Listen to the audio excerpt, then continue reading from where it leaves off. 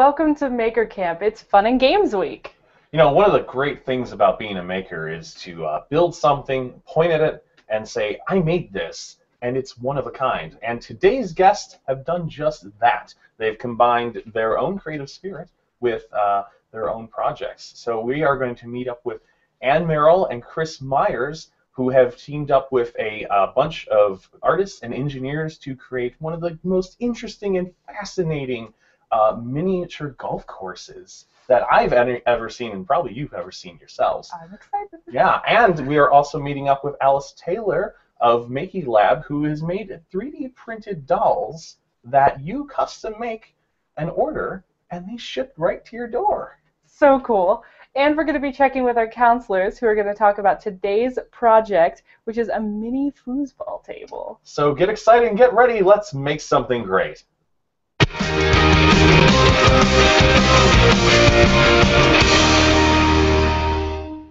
Thank you for joining us. I'm Camp Director Paloma. And I'm Camp Director Burke. Boy, we're looking forward to hearing from you guys today, and your questions and comments, as always, because this is a two-way street, will be posted on the Google Plus Maker Camp community page, and we'll answer them later in the show. And if you want to possibly appear live on air with us in the future, go to the Maker Camp homepage and submit the Hangout participant form. And before we meet today's guest, why don't we head on over to our camp counselors today to hear about today's daily project. Hey everybody, I'm Counselor Enrique. And hi campers, I'm Counselor Pierre, and let's see some pictures of your projects. First, 8 maker friends are making a paper circus. Wow, those paper circuits look cool. I like the colored paper. Ooh, LEDs, awesome. They look And great. then we've got yarn balls from Kirsten and Leticia. Yeah, those look good. Wow. And finally, last week's project from Flux Foundation inspired Pakistan Science Club to build a tweet house of their own. Oh, it's great to see people taking on the Tweet House project. I love that. It looks so cute. Yeah. And really unique, for sure. Yeah. It is cute, yeah. Campers, we want to see projects, your projects of this summer. So send us pictures and videos of your projects, and we'll share them on the community page. Show us what you made, what you learned, and what you want to make next. Cool, so today's daily project is the mini foosball table. It's a project for all skill levels. It's funny because it's so simple, but it's so fun. So actually, yesterday, Counselor Sandra and I were testing it out, and almost immediately we were just giggling, cracking up. It's really simple. It's just a box. You can get like a shoe box. You can get a popcorn box, anything that's rectangular. You need 8 paper clips. You need 4 straws and some masking tape. You might need an X-Acto knife or some scissors to cut out the goals, and something like a gumball or a ping pong ball. That's all you need to have a lot of fun with this great project. That is incredibly simple and looks like so much fun. I'm going to Yeah, challenge you to that later, Enrique. Okay, sounds good. Yeah, it is a great game. We can post pictures of your projects, and we'll show them on the Hangout tomorrow. Over to you at Maker Camp HQ.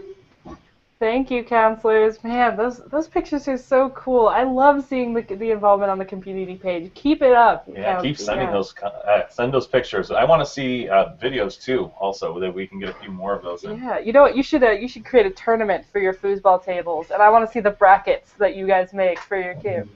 What would be really interesting is I wonder how much you could scale that project up. Like, how big of a box can you make? And maybe by combining different straws, or maybe a larger, thicker ones. Yeah.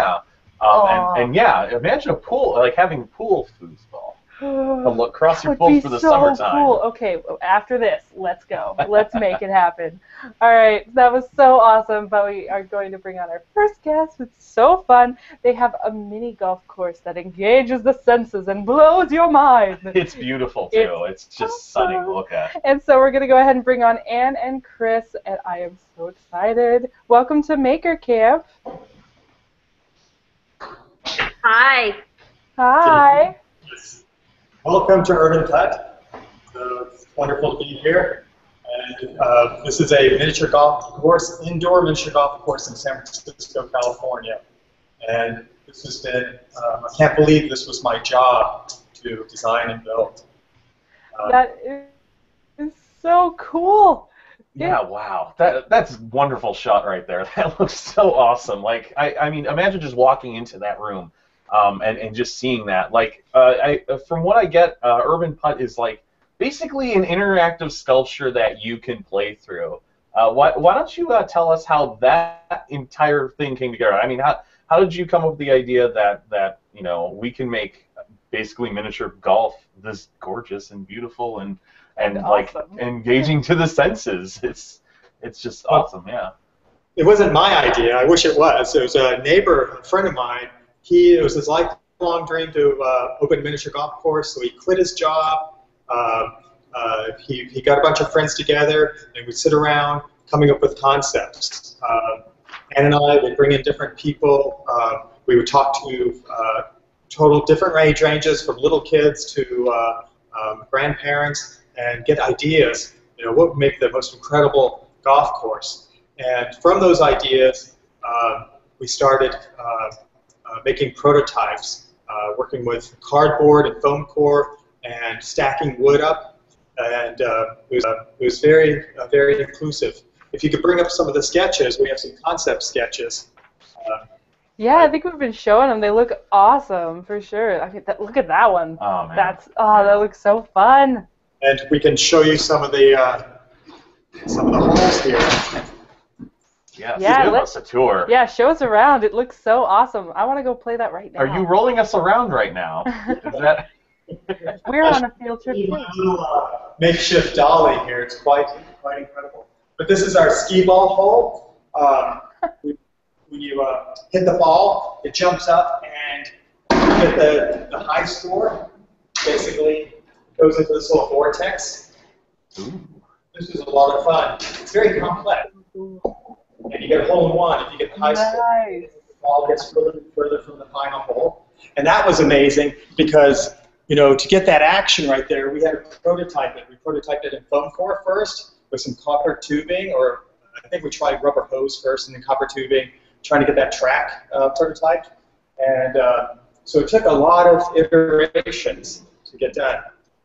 And to finally build it, if you can go to some of the construction photos, we got a team of designers, a lot of students. There was probably, you know, 10 to 15 students working here, helping mock up things, prototype things.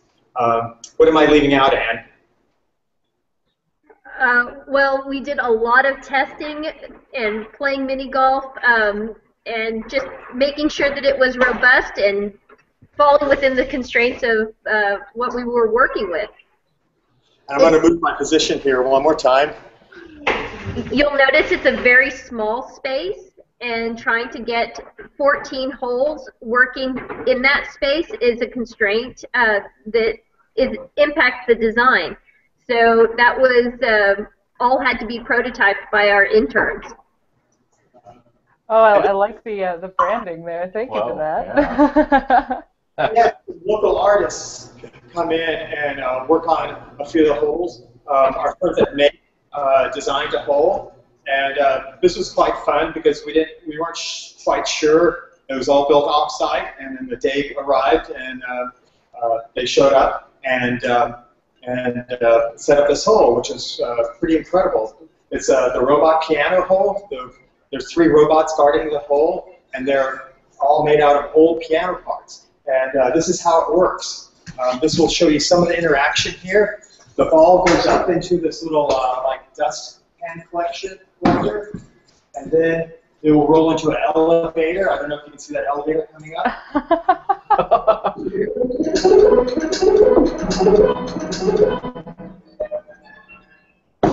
So it goes across and triggers this player piano, and then did you hear the soundboard? This is a piano soundboard, all the music wire. That's so cool. Sweet. That's awesome. Oh man, that's great. Yeah, I mean, how did they come up with the idea of using piano parts for this? I think that's one of the artists that works with me. That's a good place to find old pianos. Have wonderful wood, hardwoods, and they have great mechanisms in them. A lot of different pieces that you can take apart and assemble into other things. So I thought that was quite brilliant.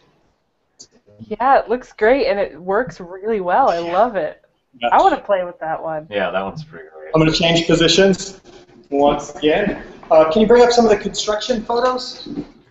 Yeah, I think we go ahead. We have some more construction photos here. Oh yeah. So the construction was a lot of fun because you got to build one thing, test it, and then the next day see how have other people interact with it and see how it works. This is the grand finale hole, which was the last hole we built, and it was quite. It's a Fibonacci. We call it Fibonacci spiral, and it's basically a Fibonacci spiral. And you take a ball, and when you cut it correctly, it goes up into the hole, and then you see the big chain lift back here, and the chain lift will pick it up, and now the ball is going to be taken up to the ceiling. And do you see the yellow ball going up to the ceiling? Yeah. It's a little bit hard to follow. So it goes up to the ceiling, and then it's going to go overhead. Do you see that spiral there? It goes around the spiral. Oh no. And then do you see the basket way on the other side of the room in the hallway? They'll end up there. Watch it. And there we go. So it's quite complex. Brilliant. And but there's always something to watch, on every hole. So let me move this camera a little bit more. That's so precision and just wow. I love that it works so beautifully, and it's so visually interesting how it moves around. Yeah, and I love how it's moving across the room, and really, what you mentioned earlier, where this whole entire course is built into the space, which I honestly think that I mean, from what I'm looking at here, that small space has allowed you guys to really get creative with these different kind of holes for the miniature course. Oh yes, the space was a wonderful find. It was actually a old mortuary, if you believe that, and it's been vacant for almost 20 years. So it was a great old building with a lot of history, unique history, and then it allowed us to repurpose it. And we worked, there's some back rooms, back hallways that we made into different golf holes. So each hole is very unique and unique to the building too. Awesome, Chris. That's absolutely great that you were able to take a mortuary and give it a new life. So I think with that in mind, I know that Anne over there has some people, some young makers who are inspired by this and have a few projects to show us as a result. We do. So this week we are running a science camp for girls, and behind me is our group of campers. And their first project this week was to design and build their own mini golf course. So That's a great idea. And hello, campers. They're all very excited to showcase their work today. But what we had them do is come up with some concepts for mini golf holes, and some had actually experienced playing mini golf recently, and so we had some really good ideas. And then we took each person's mini golf concept and we combined them into a larger hole. So what we're going to show today is our two combined concepts that are running simultaneously. So we're going to have Priya show us the first one, and let's see if we can zoom in a little bit.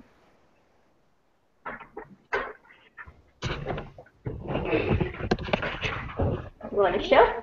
Go ahead. I think we can use a larger marble. So we are making miniature golf course holes, and we instead of golf balls, we used actual marbles.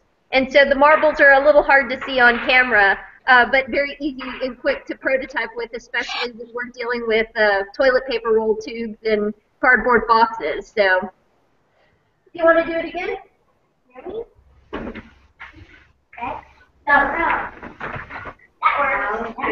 I like that you can see it shaking all the way down. Well done. And Zoe's going to show you the second one.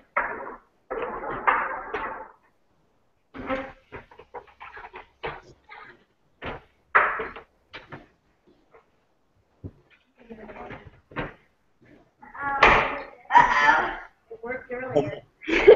As always in any good design, there is troubleshooting and prototyping. Yeah, and things are often very camera shy. Yes. They don't want to give away their secrets. Exactly. But this was a very much a group effort. All the girls participated in developing the various concepts. Yay! Well done. Well Good job done. And this is a really great, simple project that campers could do at home. Our campers could do at home as well. With like Yes. paper towels and paper towel tubes. Masking tape. And so how would our campers be able to participate in this at home? Do you have any suggestions? Absolutely. Hit your recycle bin.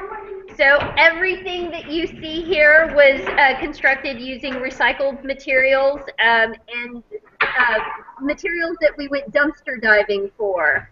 So, with the exception of the masking tape. But everything else is all recycled and surplus. So there's some easy tricks, and all you need is your imagination.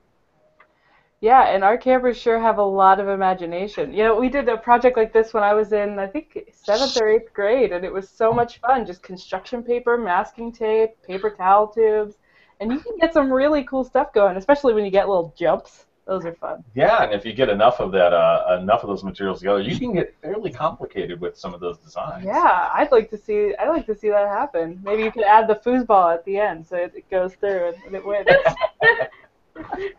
That's how you combine these projects. Yeah, that's how at the end, you once you hit it in the goal, it goes all the way around and goes back in. That just because you have a couple separate projects doesn't mean you can't find a way to combine. Exactly. I love it, and I would love to see what you guys come up with, even if it's just a sketch of what you would do. I want to see it. Let's get that creativity going, campers. Yeah, I love it. Oh, so cool. Oh my gosh, I'm having so much fun. This looks great. This is great. So, Anne and Chris, thanks so much for coming out to Maker Camp and that. And I know that, and thanks to the young campers out there who were showing us that wonderful display.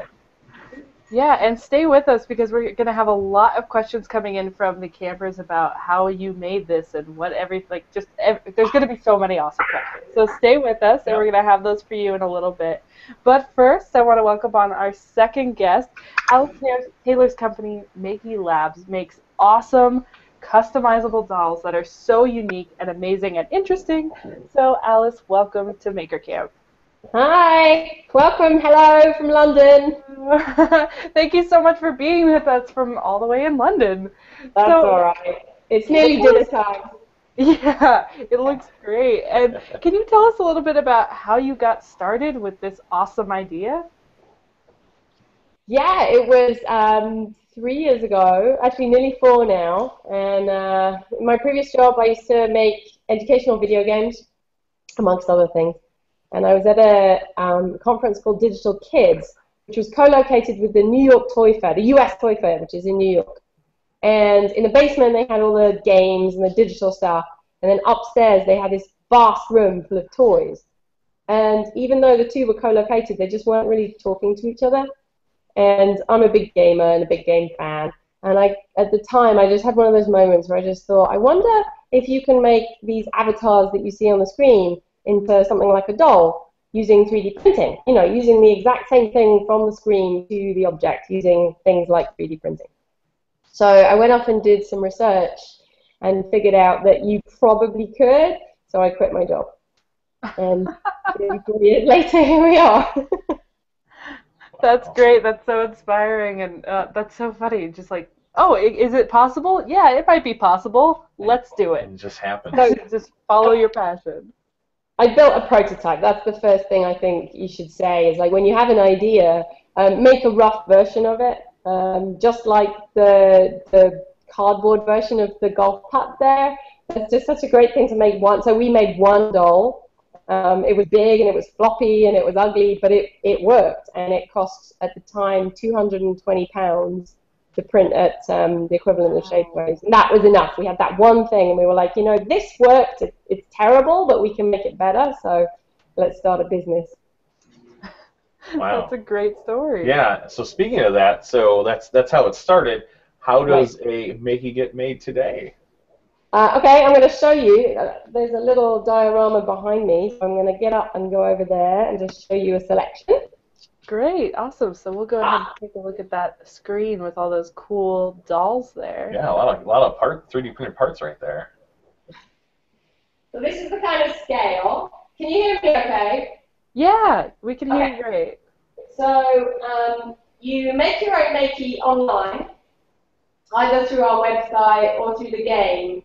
And you make one with sliders, and you make lots of choices, including hair, clothes, etc. And then what we do is we print it out and assemble it and send it to you. So each one of the Makeys is completely 100% unique, just to you, made on demand. The pieces are printed in nylon, and they're printed in this kind of empty shell version here. Each face has all the features we've chosen. And then we literally assemble all of these pieces into little body parts. And then effectively it all starts to come together in a doll body, like this. This is all just pieces put together just like you normally would. And then we take the hair that you've chosen particularly, so there's blonde, there's long red ones with bangs, etc. And these go on the back of the head. You can see there there's a little unique ID which describes your exact doll. And then these guys are all printed on a desktop printer, the equivalent of, a Megabot or a Cube or a Rep Wrap. And so there's loads and loads of doll accessories which we can print for you, or you print yourself. So what we do is we also publish the files so that you guys can download these and play with these and print them yourself. Like little bags and stuff. It's all 3D printed by us, or in some cases modified by users. And then what we do is we sell these in stores. So this is what you get when you go onto Amazon or whatever, and it's a gift card to make your own doll. So that's kind of how they get made. It's a small selection, but hopefully it gives you an idea of the kind of range. So pretty much everything there is either 3D printed or 2D printed onto cloth. We even print the cloth for the clothing. That's custom print as well. That's so cool. I want one right now. That's awesome.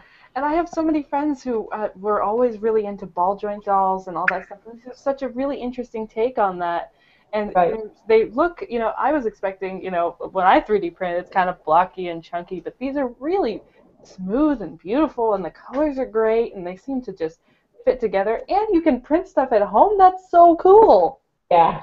You can't currently print the bodies because those are done on really massive professional grade machines, really expensive ones. They start at like 150,000. So we print them for you. But all of the accessories you can print on a home printer.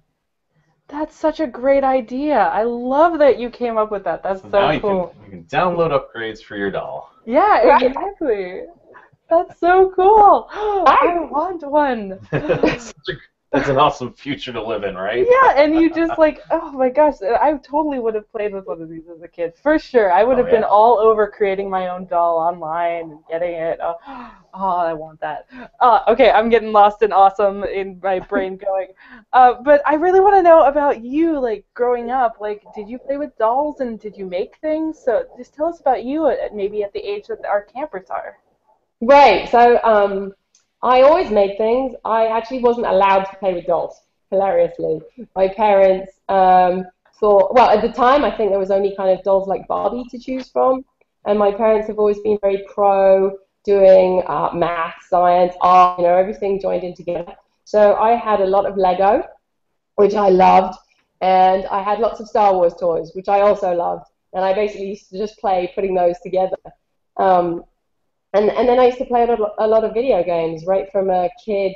Games were my big thing. So and I played a lot of games that involve avatars a lot. So things like World of Warcraft and things where you really are like a walking doll, living in this huge world type thing.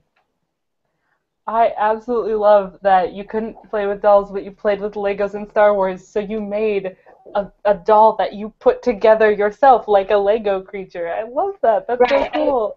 We always wanted our dolls to have the things that dolls don't normally have.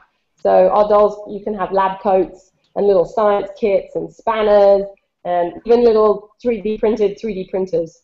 So it's getting really meta, but like all of the characters as well in the game are named secretly after scientists and cool people. So there's Ada, Curie, Tesla, Hopper, people like that. And we just want them to be really inspirational and help people make things. That's why they're called Makeys. Yeah, and I mean, the thing that's so great that it combines kind of your work and Chris's and Anne's work is that everything's so unique and just one individual, one of a kind. Like your work is so tailored to each person, and it really highlights that when you're a maker or when you're a person, you don't have to fit into an exact mold. You can be any kind of thing that you want to be. So I love that you incorporated that.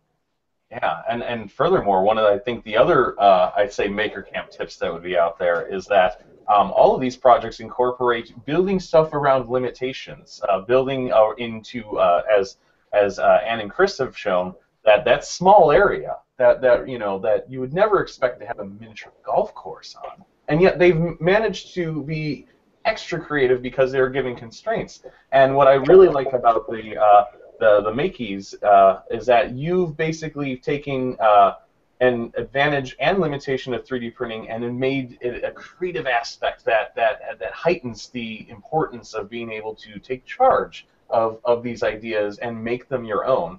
So there's this balance of personalization. At the same time, you still have to work within the limitations of your environment. And I honestly think that's one of the great take-home messages is that actually helps me be more creative. Yeah. I agree. Awesome. Having a totally blank canvas is really hard, but if you give somebody a little starting point and then they jump off from there, that's often the way everybody gets started. Yeah, and I think that's a really good thing that you can expand past these parameters is if you're working on your own project and there's just too many variables, there's too many things that you're working on and you're clouded by choices, just make a couple choices. Yeah. And then see what happens from there. And if you don't like those, then change those choices. You know, give yourself some constraints and see where your mind kind of wanders with that. And yeah, furthermore, that's a perfect way of tackling a complex problem is to breaking it down into small parts, small tangible parts. Anne and Chris showed us that their miniature golf course, the space that they had to section off everything very carefully, and they tackled each one at a time to make a cohesive and beautiful display. So that's another really important thing I think to send out to everyone out there. When you have a big complex problem, break it into smaller chunks. It's a lot easier to tackle. So Alice, thank you so much for coming here and showing the campers what you've created. And yeah, we're going to get lots of questions and comments about this for both Alice and Anne and Chris coming up shortly. So we'll be right back, and then we'll answer those in just a few minutes.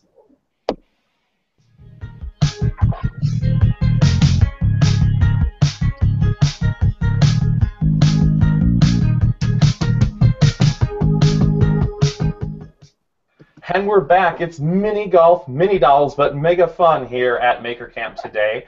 And we are getting lots of questions from our campers out there. So why don't we turn it over to the counselors and see what we have.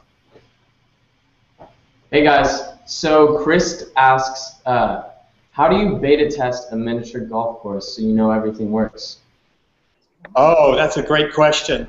Well, like I said, we made it in foam core and cardboard, and then we played through it, and to see if that angle, the physics involved, would it do what we thought it would do, and did it give you the excitement or the fun factor that you were anticipating? And if it did, it was great.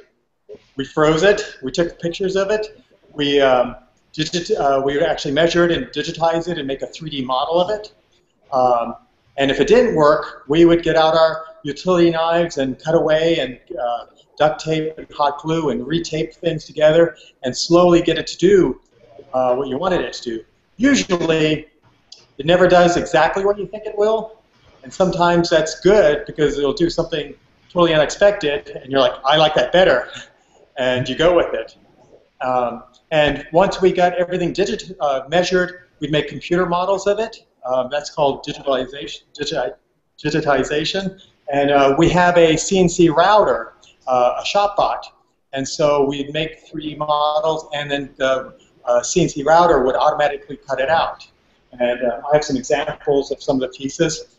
This is actually some of the furniture. This is a lighting piece. But also on the, here's some metal hooks we cut out of aluminum. That's on the ball lift that you saw take the ball up to the ceiling. Here's some of the track.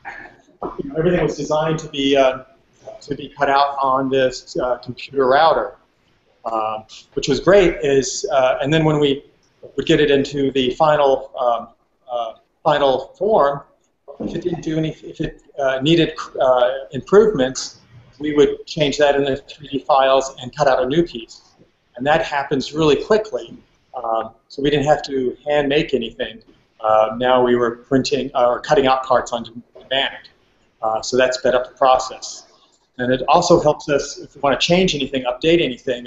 And we have lots of changes in mind, a lot of improvements, a lot of feedback from players that we'll be incorporating in the future. I love that you use so many different materials, and that you used, I mean, you started off with working with your hands and getting everything kind of fine-tuned, X-Acto knives and hot glue and tape, and then you catted it and put everything through CNC, so you had a really wide range of skills that were used on that. I love that, and that you used not only, you know, wood, but you're also using metal and things like that, so it looks really cool. Yeah, and I really like how even the simplest components of this project have an elegance to them. Those hooks that you showed me had these, you know, this just great curve and this like elegant balance to it. It really shows the form follow function and the artistry that you can have in that, which I think is really cool. Yeah, like, that just little really attention pretty. to detail. It's Yeah. great. I love it. The details are a lot of fun. Once you prove out the concept, then you have time to, you know, everything was rough, quick and dirty in the beginning. Foam core, duct tape everywhere. It was amazing because everything you see here was all in cardboard and foam core. So it was like almost like a wonderland that we made ourselves, you know, pretty, you know, quickly. And then once we got the 3D models, you know, we tore that all down, and that was slowly replaced with hard, you know, physical, real fixtures. That's so great. That's and cool. You know, thank you for that question, campers, because that was a That's really a really good question. Really great question. That was an excellent question that not only showed how easy it is to start prototyping right now. I mean, the parts he was using, it was cardboard. You could go around your house and start collecting it now and start prototyping your own miniature course. Yeah, just like they did at the school. Yeah. Do that, and then just kind of work your way up the skill level. Yeah, just refine it as you go. Yeah, just one at a time. Let's get another awesome question Yeah. from the campers. Yes, so we have a second question about conception. Boys and girls of Hilton Head Island ask when campers want to make a mini golf hole, do you need to find materials and then design the hole which will get with these materials, or do you need to design the hole and then to find the materials which will work with them? That's a great question. The concept, the idea is the most important thing. What is special about that idea? You want to make that into a reality, a physical reality, and so you have to choose the materials to follow that concept to make that idea happen. Come up, stick with your ideas, and whatever is the magic behind that idea, what's cool about it. Search around for the materials that make it happen. That's what we had to do. There were a lot of things were designed thinking wood was, wood is easy to cut, easy to glue together or fasten together. But sometimes we had to switch out the piece of wood with plastic because the wood was too hard, so we needed something more flexible. Or we switched it out with metal, which was much more robust. We had a kind of a turn-of-the-century Jules Verne-esque theme going, so we tried to use a lot of materials that were that would invoke that time period or that style.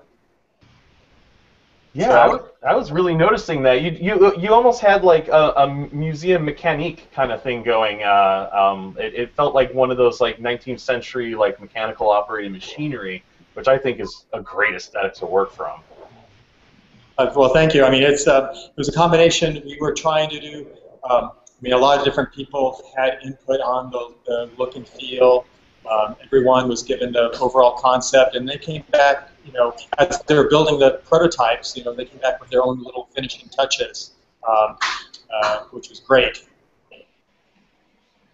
Yeah, it looks great. And I actually have my own question that I really want to know because I'm really intrigued by the super awesome 3D printed dolls. I wanted to know, can you tell us a little bit more about the process for designing your own doll? And how do you go about picking out each individual part?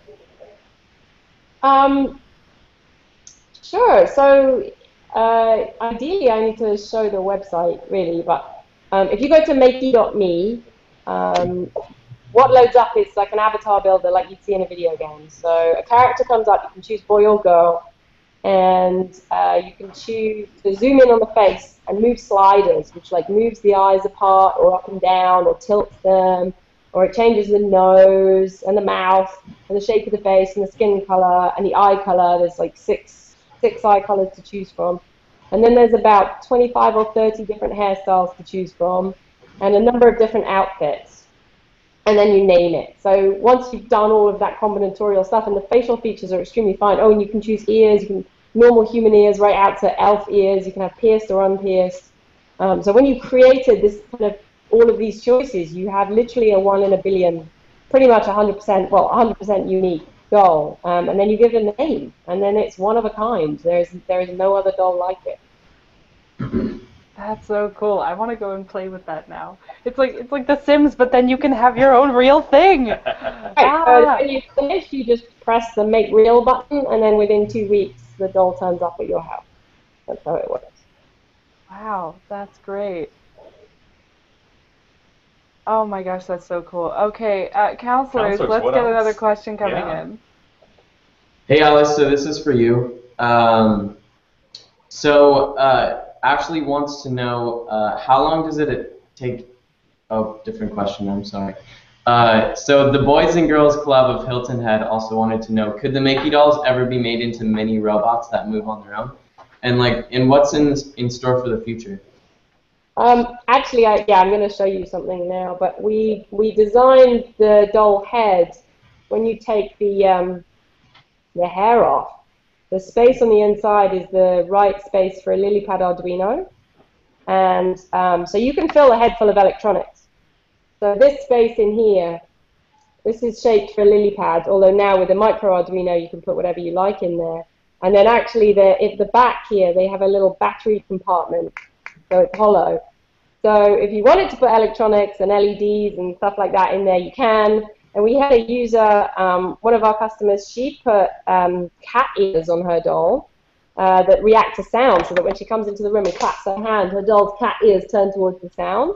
And then somebody else made their doll blush anytime somebody said something rude on Twitter by putting red LEDs in the cheeks. So you can really start to muck around with adding functionality, if you like. As for actual robotic, which would mean joints moving and stuff, we haven't done that yet. We did have somebody suggest that they wanted to build a robot exoskeleton for it, so we'll see.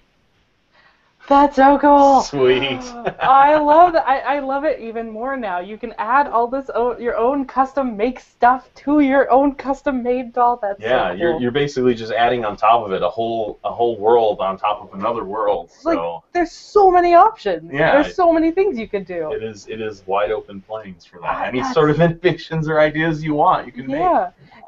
You know, I could ask all of my own questions forever, and I know the campers have so many questions, but I also want to make sure that I invite, and if your students have any questions as well, that you could go ahead and ask them of our guests, because I know they're probably so really impressed by these awesome dolls and this super cool like mini golf course. I can't imagine that they wouldn't be. Yeah.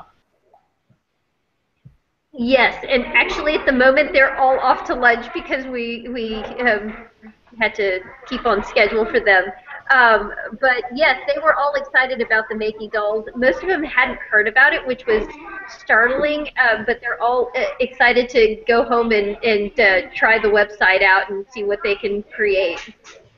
It's amazing. I don't know how anyone would go to a store now to buy a regular doll after seeing these, knowing that you can Thank you. make whatever you want, whatever you can imagine, and that's it's quite it's incredible a